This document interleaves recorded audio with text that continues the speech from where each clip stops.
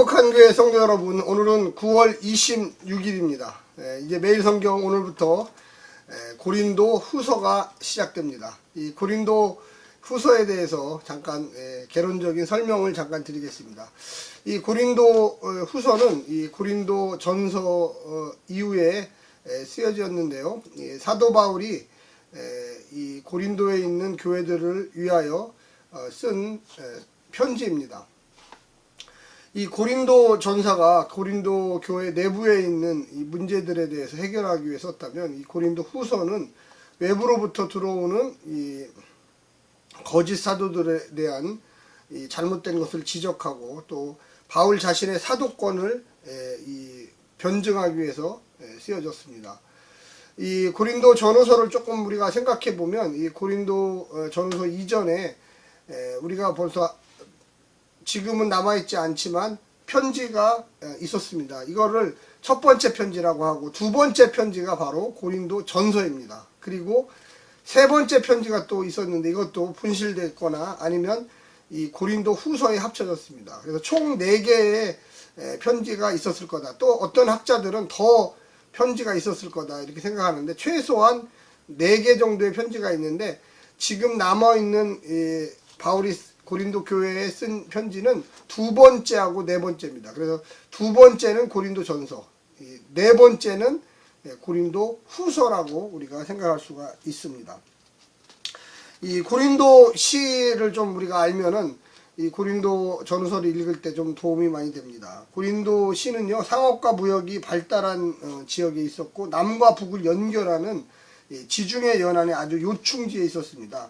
남쪽에 이 펠레폰네소스라는 반도하고 북쪽 아가야 지방의 그리스 반도를 연결하는 곳입니다. 이 반도라는 것은 육지와 바다가 같이 있는 그 지역, 우리 한반도라고 하지 않습니까? 그 붙어 있는 지역입니다. 제 오른쪽에 그 뒤에 보면 이제 그 그림이 나오는데, 지도가 나옵니다. 거기를 한번 자세히 보시기를 간절히 부탁드립니다. 뿐만 아니라 이 고린도라고 하는 이 지역은 원래 그리스의 여러 지중해 연안에 있는 도시 중에 하나였습니다. 그런데 BC 146년에 로마의 침략으로 완전히 멸망을 해버렸습니다. 사람들이 못 살게 했어요. 그런데 한 100년이 지난 다음에 BC 44년에 율리우스 카이사라라는 이 로마 황제가 다시 그 중요한 지역이기 때문에, 상업과 무역이 아주 잘 될 수 있는 지역이기 때문에 다시 로마 문화의 풍, 이 로마 사람들이 이주해서 살 수 있는 아주 멋진 도시로 다시 도시를 재건했습니다.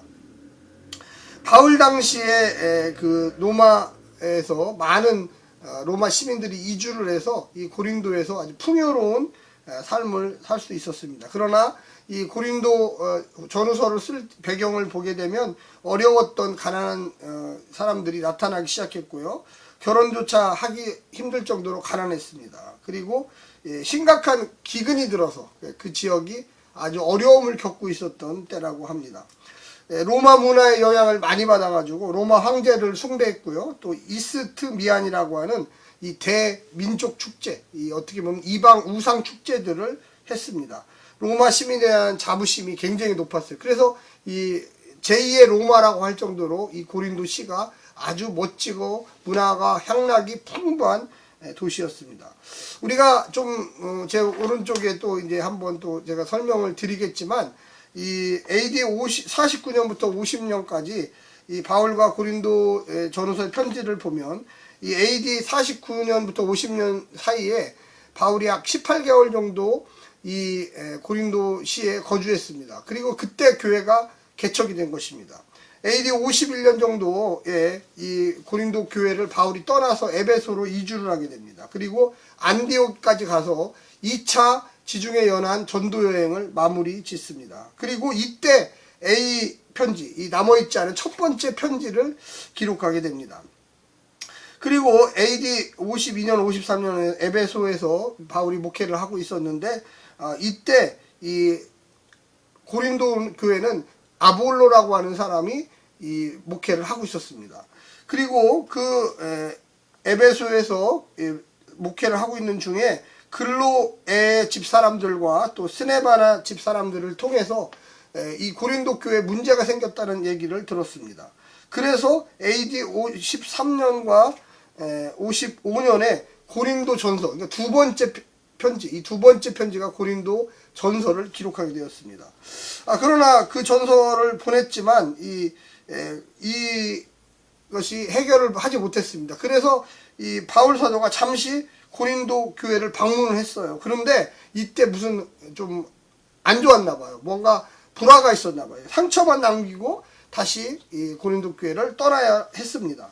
바울은 에베소에서 사역을 지속할 수가 없어가지고 이제 마케도니아로 갔습니다. 왜 그랬냐면 이 전통 유대인들이 이 모세의 종교를 따르는 사람들이 바울이 배신자, 예수님을 섬기는 사람으로 바뀌었다. 그래서 늘 죽이려고 평생을 쫓아다녔습니다. 가는 곳곳마다 이 사도 바울이 예수가 메시아다 했는데 전통 유대교에서는 예수를 메시아로 보지 않았습니다. 그런데 이 처음에 이 바울은 아주 열심히 모세의 종교 유대교를 섬겼거든요. 그러니까 배신자 취급을 받았고, 그리고 가장 싫어하는 예수가 메시아라고 열심히 전하니까 그 반대편에 있었던 유대교 사람들은 이 바울을 죽이려고 했던 것입니다. 그리고 이제 눈물로 이 세 번째 편지를 썼습니다. 그래서 중간 편지 혹시 눈물의 편지라고 하고 있는데, 그 편지를 보고 나중에 디도라는 제자를 보내보니까 이 사람들이 많이 변했다는 거예요. 그런데 또 문제가 생겼는데 그게 거짓 사도들이 여기에 들어왔답니다. 그들은 이 추천장을 들고 들어왔는데 아마도 이 추천장이 베드로 사도가 예루살렘에서 준 게 아닌가 싶습니다. 그러면서 이 바울 사도는 가짜다. 그를 참소하고요. 그는 정직하지 않다. 거짓말이다. 그가 왜 고린도에 온다고 했는데 오지 않느냐. 뭐 이런 여러 가지 이유를 들어서 이 바울의 사도권을 공격했습니다. 고린도 교회는 이 바울 사도가 개척한 교회입니다. 그래서 이 바울 사도가 다시금 네 번째 편지를 썼는데 이게 바로 고린도 후서입니다. 오늘부터 이제 시작하게 되는 거죠. 우리가 고린도 후서를 쓰게 된 목적을 보면 첫 번째는 예루살렘 교회를 위한 연보, 예루살렘에 기근이 들어가지고 엄청나게 힘든 시기가 왔습니다. 그때 지중해 연안에 있는 초대교회들이 가장 첫 번째 설립되었던 예루살렘 교회를 돕고자 했는데 이 고린도 교회도 동참하겠다고 했는데 이 연보를 하지 않았습니다. 그때까지도 약 1년이 지났어요. 그런데 연보를 안 했어요. 아마도 그 사도 바울에 대한 신뢰성, 갈등이 있었던 거예요. 그러니까 사도 바울이 이야기할 때 한다고 했는데 안 하는 이유는 사도 바울을 못 믿겠다. 그는 우리 정확한 분명한 사도가 아니다. 이런 그 마음들이 고린도 교회에 있었습니다.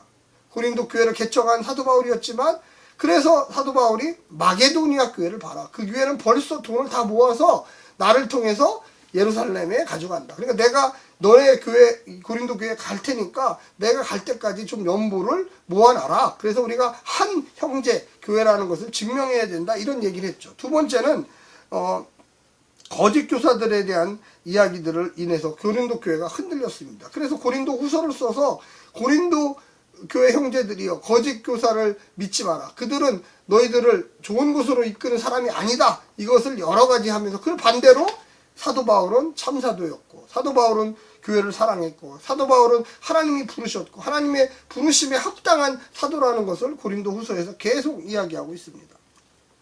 그래서 이 고린도 교회에서 내용의 핵심은 뭐냐면 누가 진정한 사역자인가, 누가 진짜 너희들을 사랑하고 예수님의 부름을 받았고 예수님의 명령에 순종한 사람인가. 결론은 사도 바울이라는 거죠. 그리고 교회 지도자는 어떻게 분별해야 되는가. 헌신, 영성이 있어야 되고요. 진심으로 자기가 자기 몸을 돌보지 아니하고 열심으로 하나님 나라 복음을 증거해야 됩니다.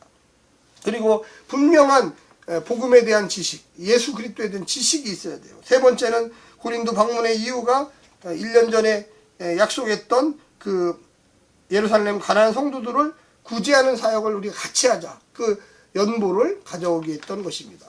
우리가 하나님 말씀을 통하여 은혜 받고 또 약 2주 정도 고린도 후서를 같이 하면서 모두가 은혜를 더하기를 바랍니다. 먼저 서론을 마쳤습니다. 이제 곧바로 본론으로 다시금 돌아오겠습니다. 사랑하는 행복한 교회 성도 여러분, 오늘은 고린도 후서 첫 번째 시간입니다. 매일 성경 고린도 후서 1장 1절부터 11절까지를 성우들이 읽어주는 말씀을 듣고 다시 오겠습니다. 후서 하나님의 뜻으로 말미암아 그리스도 예수의 사도된 바울과 형제 디모데는 고린도에 있는 하나님의 교회와 또 온 아가야에 있는 모든 성도에게 하나님 우리 아버지와 주 예수 그리스도로부터 은혜와 평강이 있기를 원하노라. 찬송하리로다. 그는 우리 주 예수 그리스도의 하나님이시요 자비의 아버지시요 모든 위로의 하나님이시며 우리의 모든 환난 중에서 우리를 위로하사 우리로 하여금 하나님께 받는 위로로서 모든 환난 중에 있는 자들을 능히 위로하게 하시는 이시로다. 그리스도의 고난이 우리에게 넘친 것 같이 우리가 받는 위로도 그리스도로 말미암아 넘치는도다. 우리가 환난 당하는 것도 너희가 위로와 구원을 받게 하려는 것이요 우리가 위로를 받는 것도 너희가 위로를 받게 하려는 것이니 이 위로가 너희 속에 역사하여 우리가 받는 것 같은 고난을 너희도 견디게 하느니라. 너희를 위한 우리의 소망이 견고함은 너희가 고난에 참여하는 자가 된 것 같이 위로에도 그러할 줄을 알미라. 형제들아, 우리가 아시아에서 당한 환난을 너희가 모르기를 원하지 아니하노니 힘에 겹도록 심한 고난을 당하여 살 소망까지 끊어지고 우리는 우리 자신이 사형 선고를 받은 줄 알았으니 이는 우리로 자기를 의지하지 말고 오직 죽은 자를 다시 살리시는 하나님만 의지하게 하심이라. 그가 이같이 큰 사망에서 우리를 건지셨고 또 건지실 것이며 이후에도 건지시기를 그에게 바라노라. 너희도 우리를 위하여 간구함으로 도우라. 이는 우리가 많은 사람의 기도로 얻은 은사로 말미암아 많은 사람이 우리를 위하여 감사하게 하려 함이라. 오늘 고린도후서 첫 번째 시간 말씀은 이 매일성경 고린도후서 1장 1절부터 11절까지의 말씀입니다. 이 말씀 속에서 우리가 좀 생각해 보아야 될 것은 이 고린도 후서를 쓴 이 사도 바울은 많은 문제가 있었다라는 것입니다. 특별히 이 고린도 후서에서 다루고 있는 이 사도권의 문제, 이 사도권의 문제는 진정으로 이 바울이 사도인가 이런 질문을 하게 됩니다. 그럼 사도는 어떤 사람이냐? 예수님을 직접 눈으로 보고 3년 동안 최측근에서 따라다니면서 예수님으로부터 직접 배운 사람, 이 권위가 있는 사람이죠. 예수님에게 직접 배운 1세대 제자들을 사도라고 합니다. 그런데 왜 바울은 예수님을 직접 본 적도 없습니다. 또 직접 배운 적도 없습니다. 그런데 사도라고 합니다. 또 그 앞에 이방인이라고 하는 것을 붙여서 이방인의 사도다 이런 얘기를 합니다. 사도행전에 보게 되면 이 바울은 다메섹 도상에서 예수님을 영으로 만납니다. 환상으로 만나요. 그리고 그에게 하나님이 음성으로 너가 이방인에 나가서 이방인들을 위한 빛이 되라, 복음을 증거하라는 그 사명을 받게 되죠. 그래서 사도 바울 스스로 나는 육신적으로는 만나본 적이 없지만 영으로 하나님을 만났고 또 사명을 콜링을 받았기 때문에 소명을 받았기 때문에 나는 사도라고 칭할 수 있다라고 이야기하고 있습니다. 그래서 오늘 본문에도 보면 1절에 보면 하나님의 뜻으로 말미암아 그리스도 예수의 사도된 바울과 형제 디모데 이렇게 이야기하고 있습니다. 역시 마찬가지로 이 본문에 보게 되면 누구에게 이 편지를 줄 것이냐 했을 때 고린도에 있는 하나님의 교회와 또 온 아가야에 있는 모든 성도에게라고 분명히 얘기하고 있습니다. 한마디로 사도의 권위를 가지고 내가 편지를 쓰는 거다. 누가 편지 쓰느냐 상당히 중요하지 않습니까? 받는 사람들도 이 편지는 누가 썼대 하면 상당한 권위가 있는지 없는지를 이야기합니다. 고린도후서 전체에서 이 사도 바울이 과연 사도냐 바울이 사도냐 하는 거에 대한 첫 번째 시작부터 나는 하나님으로부터 직접 소명을 받은 사도라고 아주 분명히 얘기하고 있는 것이죠. 그리고 이 본문 오늘 전체를 이렇게 보게 되면 3절부터 11절까지는 하나님을 향한 송영, 영광이죠. 영광을 드러내는 이야기, 하나님의 찬양하는 이야기. 근데 바울과 이 고린도 교회의 연결점들을 이야기하고 있습니다. 2절에 보면 하나님 우리 아버지와 주 예수 그리스도로부터 은혜와 평강이 있기를 원하는, 이 송영이라는 것은 하나님께 찬양을 드리며 그 하나님의 능력이 너희들에게 임하기를 바란다 이런 이야기입니다. 그리고 3절부터 찬송하리로다. 우리 주 예수 그리스도의 하나님이시여 자비의 하나님 아버지시여 모든 위로의 하나님이시며 우리의 모든 환난 중에 우리를 위로하사. 그래서 이 짧은 1절부터 11절까지 위로라는 단어가 무려 10번이 등장합니다. 10번이. 그만큼 이 사도 바울은 고린도 교회를 위로하기로 그랬어요. 근데 그냥 인간적으로 위로한 거 아닙니다. 자신의 삶을 통하여 늘 고난과 아픔과 연단과 감옥에 갇힘과 풍랑을 맞음과 잡혀서 고문을 당하고 매를 맞고, 그런데 그 속에서 감사가 나와요. 기쁨이 나와요. 그래서 이 빌립보서의 그 사도 바울이 쓴 빌립보서는 이 기쁨의 서신이다 할 정도로 봤습니다. 이 말은 뭐냐면 우리가 고난을 당하는 것이 오늘 본문에도 등장하지만 예수 그리스도의 영광, 그리스도가 먼저 고난을 당하셨고 부활하셨고 그래서 확증했고 우리가 고난을 당하나 우리가 기뻐해야 될 것, 하나님이 우리를 죽음에서 이 고난에서 위로해 주시고 건져 주시고 다시금 일으켜 세우신다는 것을 오늘 본문에서 이야기하고 있습니다. 그래서 거기에 보게 되면 이 6절에도 이렇게 이야기합니다. 너희가 위로를 받게 하려는 것이니 이 위로가 너희 속에 역사하여 우리가 받은 것 같은 고난을 너희도 견디게 하느니라. 그러니까 너희가 고난당하는지 안다. 그러나 십자가의 능력으로 부활하신 예수님이 너희와 영으로 함께 하셔서 너희가 그 고난을 다시 견디고 승리할 줄로 우리는 믿는다라고 얘기합니다. 그래서 거기에 보면 바로 윗절에 5절에 그리스도의 고난이 우리에게 넘친 것 같이 우리도 받은 위로로 그리스도로 말미암아 넘치는도다. 그러니까 주님이 받으셨던 그 고난, 주님이 받으셨던 그 부활, 주님이 받으셨던 그 영광, 우리도 그 길을 그대로 고난 가운데 걸어가는데, 소망이 있는 것은 주님이 승리하셨고 소망이 있는 것은 우리 주님이 우리를 위로해 주시고, 할렐루야. 그래서 11절에 가면 너희도 우리를 위하여 간구함으로 도우라. 네. 뭘 돕는 겁니까? 간구해 도와라. 그리고 헌금을 해라. 연보를 해라. 네. 앞으로 계속 나올 거예요. 분명하게 얘기하는 것은 뭐냐면 이는 우리가 많은 사람의 기도로 얻는 은사로 말미암아 많은 사람이 우리를 위하여 감사하게 하려 하는 거예요. 여러분, 돕는다는 게 뭡니까? 돕는다는 것은 물론 물질적인 도움, 기도의 중보의 기도, 근데 그걸 통해서 내가 감사해지는 거예요. 하는 사람이 감사한 거예요. 어려운 사람, 연약한 사람을 내가 돕는다. 근데 그것이 바로 내가 하나님 앞에 내가 도울 수 있는 능력 있는 사람이라는 거잖아요. 그런 마음을 있다는 거예요. 사도 바울은 지금 예루살렘 교회가 어려움을 당하고 있다. 너희들은 도와야 된다. 마게도니아 교회는 벌써 도우려고 연보를 다 준비했다. 근데 너희들은 뭐 하느냐. 이 서론 부분에서 고린도 교회 성도들이여, 너희들이 어렵고 고난을 당하고 나에 대한 소문이 흉흉할 때 과연 누구를 믿어야 되느냐. 참 사도가 누구냐. 그들이 이야기하는 참사들은 고난을 당했냐, 예수를 위하여 헌신했냐, 피를 흘렸냐, 감옥에 갇혔냐, 풍랑을 만났냐, 매를 맞았냐. 여러분, 복음이라는 게 왜 우리에게 힘을 줄까요? 왜 능력을 줄까요? 왜 위로를 줄까요? 왜 예수님의 십자가의 은혜가 우리를 다시금 이렇게 세울까요? 그것이 만약에 나와 함께 하지 않는다면 도대체 무슨 의미가 있는 것입니까? 나와 동행하는 하나님, 오늘 본문에 등장하는 그 이야기들, 9절에 보면 우리는 우리 자신이 사형 선고를 받은 줄 알았으니 이는 우리로 자기를 의지하지 말고 오직 죽은 자를 다시 살리는 하나님만 의지하게 하랍니다. 우리는 죽어요. 우리는 고난을 받아요. 근데 살아나요. 영원한 생명을 얻어요. 그게 예수님 능력이죠. 이 땅에서 고난 받는 거 얼마나 됩니까? 1년, 2년? 그러나 영원한 생명, 예수 그리스도의 영광과 함께하는 능력, 그것을 우리는 알고 있잖아요. 고난을 무서워하지 마십시오. 지금 코로나19로 나라가 시끄럽고 전 세계가 시끄럽고 다 내한테 걸리면 어떻게 하지? 물론 안 걸리려고 노력해요. 그런데 이 전염병이라는 게 내 맘대로 되는 게 아니에요.